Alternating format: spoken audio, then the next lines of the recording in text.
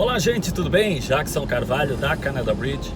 E eu quero convidar você a pegar uma carona comigo para falar um pouquinho da minha história, né? Como que eu fui parar no Canadá, o porquê que eu retornei. Muita gente tem essa curiosidade, querer saber.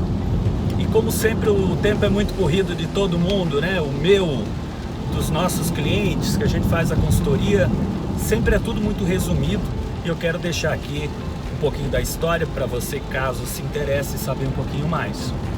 Vai ter uns momentos aí desse vídeo que vai estar um pouquinho tremido, né? Mas é normal, estou na estrada.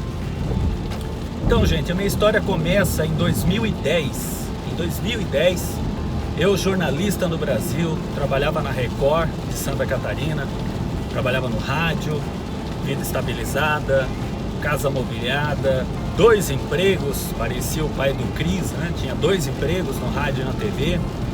A vida já estava em andamento, inclusive com a faculdade em andamento. É bem isso. Eu decidi ir para o Canadá.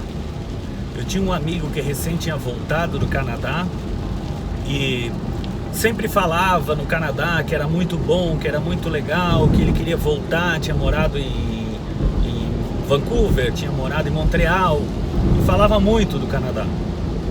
Eu me empolguei com aquela ideia, já estava com meus, já chegando nos meus 30 anos, né? Já estava com um tempo que eu precisava ir para o Canadá.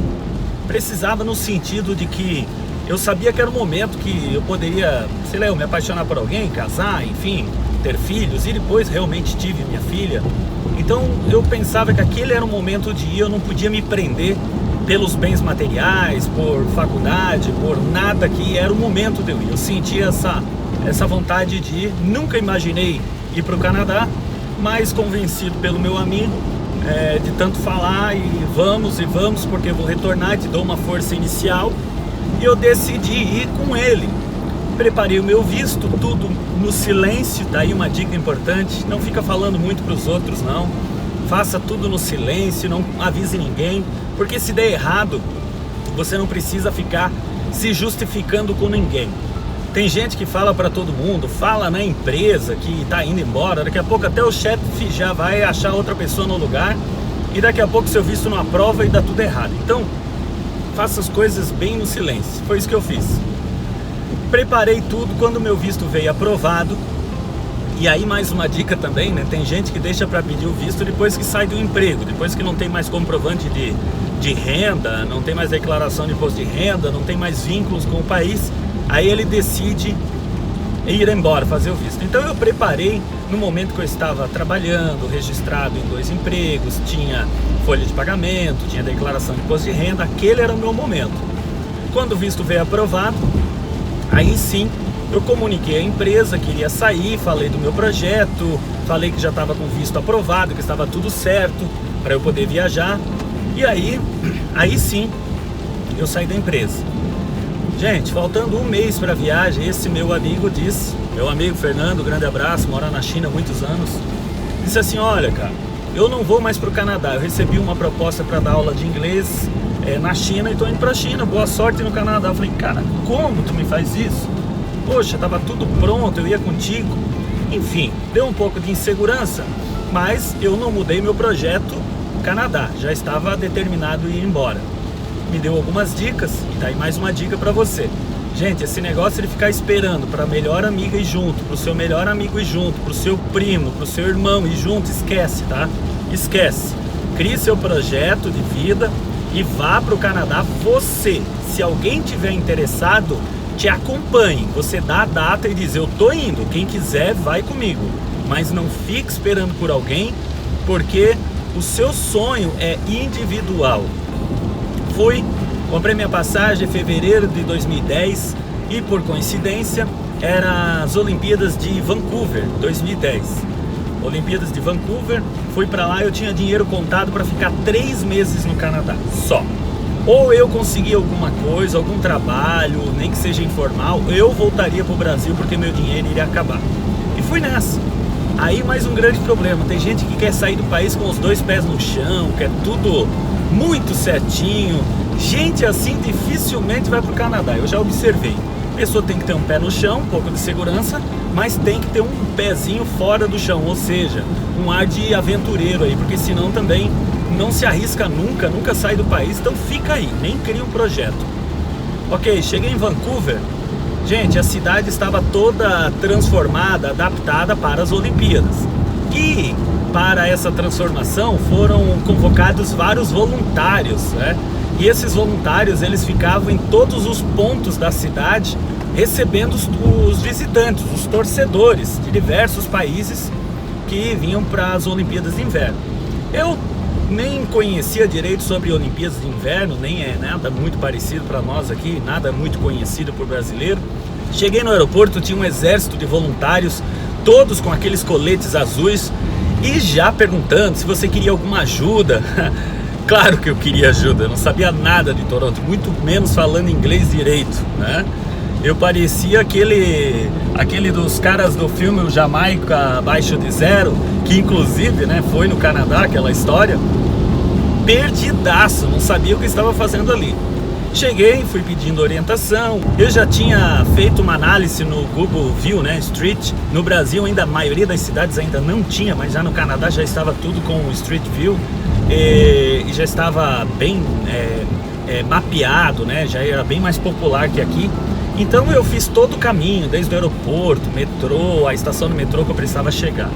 Eu paguei um curso de inglês de 4 semanas em Vancouver, depois acabei estendendo o meu curso, acabei fazendo college, mas eu iniciei em Vancouver e fui para uma homestay que foi indicação desse meu amigo.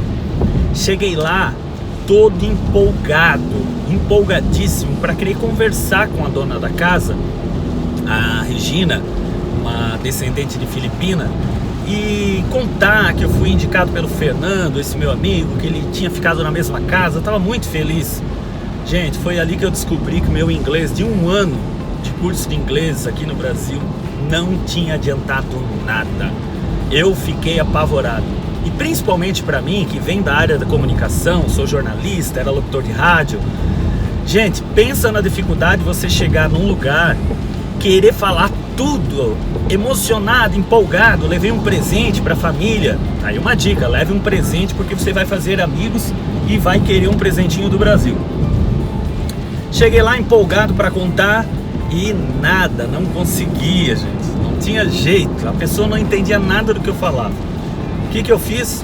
Fui lá no quarto, peguei o meu notebook, meu laptop, abri e comecei a usar o Google Translation para a mulher entender alguma coisa. Mas ali eu caí na realidade do que era chegar no Canadá sem um inglês decente. Gente, fez falta. Eu vou contar um pouquinho mais dessas dificuldades, de forma resumida. Ok, cheguei na casa, fui para o meu quarto, a diferença de fuso horário gigantesca, 6 horas de diferença. É por conta do horário de verão no Brasil versus horário de inverno. Então o fuso horário do Oceano Pacífico lá em Vancouver, às 6 horas de diferença, toda atrapalhada, acordava de madrugada, não conseguia dormir, 7 horas da noite dava maior sono, já queria ir para a cama, então foi difícil no início. Era mês de fevereiro, já iniciando o mês de março, empolgado para querer ver neve, ainda não tinha visto neve, não tinha mais neve com frequência nessa data em Vancouver, lembrando que Vancouver é um pouco mais quente que Toronto e chove muito, né? Por isso que a gente chama de Vancouver. E aí, fui para a escola, fiz amigos e comecei a estudar inglês. Gente, em uma semana, você não tem noção como muda um pouco a tua visão de mundo do que é falar inglês. Mas eu vou te contar sobre as dificuldades ainda. Gente, eu não conseguia colocar o crédito no celular. Na época eu comprei um chip pré-pago. É igual no Brasil, tinha que ligar para colocar o crédito, né? Aperte 1 para isso, aperte 2 para isso. Eu não entendi o que a moça falava naquele robozinho ali do celular para poder botar a recarga. E teve um episódio que eu lembro que ali foi punk mesmo. Eu fui no mercado, eu queria pedir comida e eu fui em vários lugares e as pessoas não me entendiam. Eu não conseguia pedir a comida. Aí eu cheguei no mercado grande, não sei que mercado que era, não lembro agora, em Vancouver. E quando eu vi que eu não conseguia pedir comida, eu vi assim que tinha várias bandejas com frango assado dentro, aquelas coxas sobre coxa de frango. aquelas coxas e sobrecoxas de frango. Eu apontei, daí o atendente, agora eu entendi, peguei aquela coxa de frango, eu fui na frente do mercado, sentei na calçada, eu comi aquela coxa de frango. Cara, eu não aguentei, a lágrima correu aqui e eu comecei a me questionar, o que eu tô fazendo nesse lugar? Foi difícil. Ok, bora lá. Comecei a estudar inglês nesse college de Vancouver, já começa a fazer amizade, você começa a descobrir como funciona o lugar, o transporte coletivo, e comecei a andar em Vancouver. Lembrando que eu tinha dinheiro para ficar 3 meses só 3 meses no Canadá. Aí, o primeiro mês fiquei na homestay, o segundo mês, na época existia o Orkut ainda, né? Quem lembra do Orkut? E tinha as comunidades de brasileiros em Vancouver, brasileiros em Toronto, tinha isso. E as pessoas aproveitavam esses espaços para poder divulgar classificados, emprego, acomodação. E aí acabei encontrando uma acomodação de uma meia brasileira, meio grega. A gente foi morar bem no centro mesmo, inclusive o prédio, sempre que eu vejo o cartão postal da cidade, está ali o prédio onde eu morei, na St. George. Foi muito bom, um prédio bem alto, uma visão maravilhosa, bem na frente do Stanley Park, eu via Capitol Bridge, era fantástico, maravilhoso. Mas a grana estava contada. Aí, eu estudando, falei para os meus novos amigos no college, falei, cara, eu vou começar a procurar emprego, viu? Algum trampo aí, algum jeito de sobreviver, porque eu não vou aguentar nesse lugar com o dinheiro que é, porque Vancouver é um pouco mais caro o custo de vida que em outros lugares do Canadá, não tenha dúvida, né? Era época de Olimpíada, tudo fica mais caro porque se aproveitam da situação também, né? Beleza, fui procurar emprego, trabalho. Eu chegava nas pizzarias, me falaram que na pizzaria pedia gente para fazer pizza, ou entregador. E eu achando que era só chegar e pedir trabalho, né? Cara, quando eu cheguei a pedir trabalho, eu não sabia nem procurar emprego. E aí eu fui numa pizzaria, eu lembro, e cheguei lá e falei assim pra moça, I look for job. A menina começou a olhar pra mim, a rir, I look for job. Daí ela viu aquele meu sotaque bem brazuca, e ela começou a falar em português comigo. Não, eu sou brasileira, pode falar português comigo. Daí ele falou, olha, vai ter que dar uma melhorada nesse inglês, hein? Nossa, deu um susto agora. Aí ela deu uma risada e disse, olha, você vai ter que dar uma melhorada nesse inglês. E já vou te falar, aqui em Vancouver não tem esse jeitinho brasileiro de conseguir um trabalho ilegal, de um freelance sem ter o social number, sem ter o visto de trabalho. E naquela época, era a antiga lei de imigração, quem fizesse estudo de inglês poderia trabalhar até 6 meses. Aliás, 4 meses, 6 meses de curso e 4 meses de trabalho. E eu fui nessa época, mas lembra que eu não tinha dinheiro para ficar mais que 3 meses? Então eu não tinha esse direito a trabalhar. E aí ela me deu uns conselhos, eu voltei bem frustrado naquele dia, não desisti, continuei procurando trabalho. E aí eu fui entregando uns resumês, que eu procurei como fazer um resumê, né, o currículo na internet, e entregava. Aí eu via que as pessoas pegavam aquele resumê e riam, né, davam uma risadinha, acho que ficava com pena de mim. Eu era uma pessoa simpática, aliás sou ainda, né, mas eles davam uma risada. Depois essa minha roommate, né, essa pessoa que dividiu o apartamento comigo, leu meu resumê e disse, Jackson, você colocou aqui que está procurando emprego porque você é uma pessoa divertida, você é uma pessoa alegre.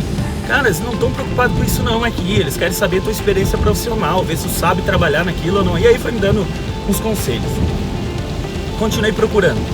Aí, acabei passando num hotel e um indiano viu meu currículo, falou, não entendi nada, já não entendi inglês direito. Ainda mais um indiano falando inglês, pior ainda. Só sei que ele falou, mostrou uns negócios lá, eu só topei, disse yes, e me falou, mostrou pro relógio e disse que tal hora era pra estar ali. Fui, felizão. Cara, eu trabalhei um dia, era um indiano tão estúpido, tão arrogante, gritava na minha orelha. Eu não vim pra esse país pra passar essa humilhação não. Peguei e caí fora, não apareci mais. Gente, assim foi a minha história. Eu vi que não ia acontecer nada na minha vida. Eu falei, cara, esse lugar está totalmente fechado para mim. Eu vou voltar para o Brasil, vou voltar para minha casa, vou voltar para minha família, não dá mais para mim. Quando eu estava quase voltando, no mesmo momento que eu estava em desespero, tinha um pessoal lá em Boston, que estava procurando um jornalista que soubesse na época de língua portuguesa, inglesa, e soubesse fazer um jornal do início ao fim, diagramação e tudo. E eu sabia. Aí, enquanto esses dois empresários conversavam na sala, na cozinha estava a irmã desse empresário, escutou a conversa, a gente estava procurando, e lembrou de mim, porque a gente se conhecia aqui do Brasil, e ela recém tinha vindo no Brasil de férias, e tinha me encontrado, a gente conversou, ela viu o meu trabalho, enfim, lembrou de mim. Olha como são as coisas. Aí ele falou, olha, liga pra esse teu amigo e pergunta se ele não quer vir pra cá, a gente paga tudo. Ela não tinha meu contato, foi no Orkut. Quando chegou no Orkut, viu, acho que já tinha Facebook na época, viu que eu estava em Vancouver, e eu já, né, deixei o meu número de celular bem estampado, esperando que alguém ligasse pra mim, né, ou carência. A gente quer que as pessoas liguem pra gente, né, porque fica muito sozinho. E aí foi isso que aconteceu. Ela ligou pra mim, falando em Vancouver, e já comecei a conversar com o irmão dela. Eu vou resumir. Gente, eles me ofereceram emprego para ir para Boston. Eu não tinha visto americano na época, e como eu não tinha mais documento nenhum, eu não aceitei, logicamente, porque não ia aprovar. Eu já estava lá, já tinha pedido a conta do trabalho, não ia aprovar meu visto americano. Eu falei, olha, eu não posso ir. E eles fizeram uma outra proposta. Então você vem para Toronto, que lá você consegue fazer o jornal, e a cada 15, 20 dias a gente vem em Toronto, de carro, de Boston, e vai lá e faz uma reunião e você toca dali. Ok, gente, olha só umas coisas, eu não tinha mais dinheiro para comer, eu teria que voltar para o Brasil. Eu comprei a passagem, vamos lá, quase 5 horas de voo, recomecei minha vida, vim para Toronto, eu lembro que era, acho que início de abril, né, no mês de abril.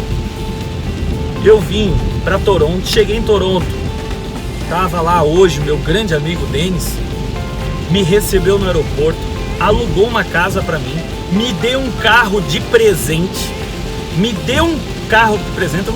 eu nunca vou esquecer a minha primeira Dodge Caravan, não tinha nem carteira ainda, motorista, alugou uma casa, me levou nessa casa, me comprou um carro, me recebeu no aeroporto, me deu um café, me deu um almoço na primeira semana na família dele, me recebeu, montamos a estrutura para o jornal em Toronto, porque a ideia inicial era para Boston, decolou, né, a estrutura, virei editor-chefe do jornal North News, cuidei de toda a expansão, fiz muitos amigos, fui homenageado por esse jornal, recebi prêmio, enfim, fiz muitas coberturas, terremoto, furacão, jogos importantes de futebol, enfim, inúmeras situações, fiz matérias como o Wall Street e tantas outras situações que aconteceram no Canadá, e eu estava lá para o garoto que iria voltar embora, que não tinha o que comer na semana seguinte, ou voltava para o Brasil,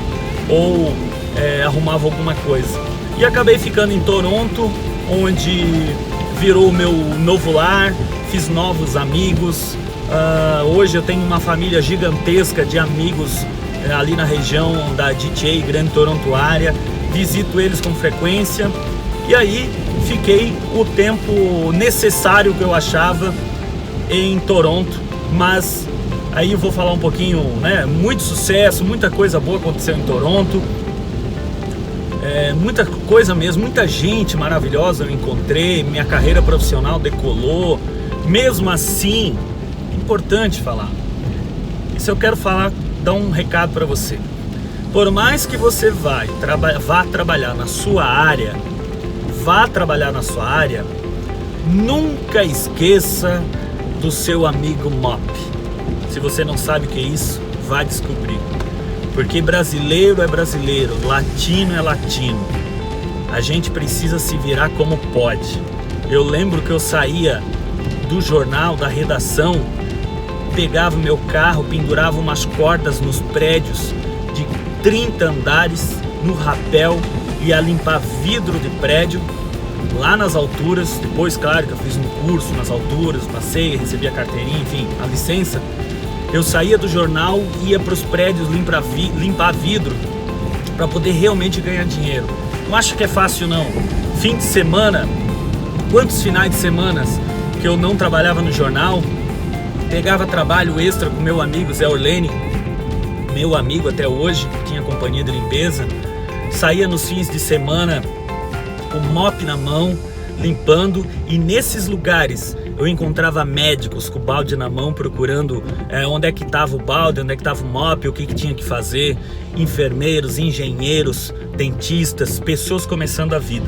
Se você é orgulhoso no Brasil, se você acha que vai para o exterior e vai continuar logo de cara fazendo as mesmas coisas que você faz aqui, está enganado. Não vá. Fique no Brasil porque você não vai se dar bem. O exterior é onde o filho chora e a mãe não vê. Eu falo isso para todos os meus clientes. Tem que ter muita garra, tem que ter muita coragem para você morar no exterior. Eu vi muita gente importante, gente de bem no Brasil, quando eu falo financeiro, culturalmente falando, estudo, trabalhando na limpeza no fim de semana, nos primeiros meses. Ficar a vida inteira na limpeza, na construção, não, é um trampolim. Pode fazer isso? Não. Não devo falar disso? Não. Mas vamos parar de ser hipócritas, né? Vamos parar. Ou você acha que o governo não sabe que a pessoa tem que dar seu jeito para poder começar uma vida em qualquer lugar, como foram os imigrantes que chegaram aqui? O que você não pode fazer no Canadá é gostar demais do mop, gostar demais da construção e esquecer que você não veio para aquele lugar para ganhar dinheiro, você veio para buscar conhecimento. E através do conhecimento você vai ganhar dinheiro e vai ser um cidadão canadense. Tem gente que fica só trabalhando, não tem tempo de estudar, esquece que o visto vai vencer, esquece que não vai conseguir renovar o visto e tem que voltar para o Brasil ou ficar ilegal. E a pior coisa que você pode fazer é ficar ilegal num país. Tá aí uma dica muito importante. Gente, trabalhei muito, ralei muito, mas tudo tem um início, um meio e um fim. Eu lembro que eu peguei umas férias, fui para Cuba, eu viajava bastante a partir do Canadá porque é barato. Cheguei lá, eu vi aquele pessoal com música gostosa, pobre, bem mais pobre que no Brasil, mas com alegria no rosto, uma felicidade. Eu já estava muito cansado daquilo, tinha deixado a minha casa fechada no Brasil, já fazia mais de 2 anos, estava com muita saudade de todo mundo, saudade da minha casa, saudade do meu antigo trabalho, enfim, essas coisas pesam, porque você não tem parente, não tem ninguém. Tem os novos amigos, sim, que viram uma família, mas essas coisas pesam muito no teu emocional, e o emocional faz você voltar. Eu diria mais que o frio você se adapta. Quando eu voltei de Cuba e fui para Toronto, quando chegou aquele avião, foi aterrissar naquela pista assim cheia de neve, aquelas montanhas, aquele gelo, eu falei, cara, eu vou voltar pro Brasil sim, eu acho que meu tempo já deu. E aí eu programei 6 meses pro meu retorno, marquei a data de volta e comecei a trabalhar mais do que nunca. Saía do jornal, me pendurava nos prédios limpando vidro.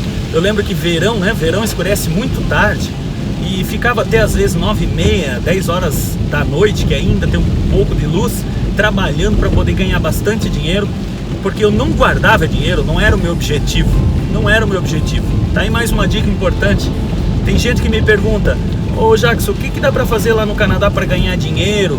O que mais dá para ganhar dinheiro é você ir para o Canadá, buscar ideias novas, conhecimento e voltar para o Brasil, porque tá cheio de coisa que você vê lá que não tem no Brasil. Isso é uma ideia legal. Não é necessariamente você ir para o Canadá só para poder ganhar dinheiro ou estudar e ficar lá. É uma das opções, mas você pode ir estudar, ganhar dinheiro e voltar e aplicar as ideias que você conheceu lá. Bom, marquei a data de retorno, vim para o Brasil, tinha dinheiro para comprar um carro, na época uma Renault Scenic, olha só. É tudo que eu tinha, tá bom? Mas eu viajei muito, fui em muitos shows, fui em teatros, conheci amigos, viajei pra caramba, explorei o Canadá, como eu falei já nessa história, conquistei meu espaço no meu próprio trabalho, no meu próprio no jornalismo. Voltei pro Brasil, só que eu voltei e continuei trabalhando pro jornal. E aí, quando eu retornei pro Brasil, também montei minhas empresas aqui no Brasil. E um tempo depois, eu comecei a pensar, Cada vez que eu ia no mercado, na padaria, como eu era muito conhecido na minha cidade pela TV, as pessoas me conheciam e me abordavam. Disse, pô, Jackson, você morou no Canadá, né? Sim. Como é que faz para ir pro Canadá? Como é que eu imigro? Como é que eu tiro meu visto? Dá uma dica, dá uma dica. Gente, era todo dia isso. Falei, calma lá. Vamos oficializar esse negócio. Por que eu tenho que ficar dando consultoria? Por que eu tenho tanto conhecimento? Ralei tanto, acordava de madrugada, passei frio, né? Sofri pra caramba, venci o meu espaço no Canadá para dar esse conhecimento. Eu falei, vamos canalizar isso. Aí eu montei a Canada Bridge um ano depois, eu acho que um ano depois no máximo. Montei a Canada Bridge, comecei a trabalhar de forma como um plano B ou C, fazendo consultoria, e a agência foi. Comecei a gravar os vídeos aqui no canal do YouTube. Muita gente me parabeniza pela sinceridade. Eu não sou de ficar inventando aquelas histórias. O Canadá precisa de não sei quantos mil brasileiros, é fácil ir pro Canadá. Não é fácil não, cara. Tem que ralar, tem que ter dedicação, determinação, principalmente coragem. Não é questão de grana não. Tem gente que fica arrumando desculpa. Eu não vou porque eu não tenho dinheiro. Cara, os meus clientes que mais tiveram sucesso no Canadá é que foram sem grana. Tá aí o Juninho, meu amigo, né? Hoje, grande amigo, tá no Canadá. Foi pra lá, não tinha dinheiro nem pra passagem, vendeu uma bicicleta. A gente ajudou ele com visto. E foi, sucesso, né, garotão? Andando aí com a sua F-150, sua motona, né? Bacana. Fez sucesso no Canadá fazendo. Então, gente, não tem essa história de grana não. Você arruma emprestado. Pega emprestado de alguém, faz um financiamento, você paga com uma semana de trabalho e dá teus pulos, como se fala. Então, gente, não é fácil. Eu retornei, continuei trabalhando para o Canadá, montei a Canada Bridge. Canada Bridge hoje é um sucesso graças a vocês que confiam no trabalho da gente. A gente tem muita referência ao longo desses quase 10 anos, muito trabalho prestado, muito grupo de intercâmbio. Nossos alunos foram os primeiros ali como intercambista, ainda adolescente, retornaram para fazer faculdade, se formaram, imigraram. Muita gente foi com o nosso conselho e gente que tinha profissão boa no Brasil abriu mão no início, ralou pra caramba para poder vencer, conseguiu, voltou para a área, hoje já é cidadão canadense, tem casa, tem família, tem carro, um sucesso. Então, a minha história não vai ser a sua história, vai ser diferente, a sua história vai ser totalmente diferente. O que você tem que ter é a sua coragem de embarcar e ir para o desconhecido. Isso é muito importante. Então, essas são as dicas para você, um pouquinho da minha história de Canadá. Espero que você tenha gostado, muito tremido às vezes os vídeos aqui, né, a imagem, mas foi um momento que eu achei para poder conversar um pouquinho com você. E se você quiser saber um pouquinho mais da Canada Bridge, então entre em contato com a gente. Tá aí na descrição, né, o nosso WhatsApp, nosso site, muito serviço prestado, uma equipe maravilhosa. Hoje é uma das maiores empresas do Brasil nesse segmento, o segmento nichado Canadá. Nossa equipe de despachante comercial, CRM, enfim, nós temos uma equipe muito grande hoje que atende todo o Brasil, graças a você. E também a minha experiência e a experiência dos clientes que nos contam e que vão trazendo história e agregando para a gente poder te ajudar. Valeu, um grande abraço e curta o nosso canal e acompanhe o nosso trabalho.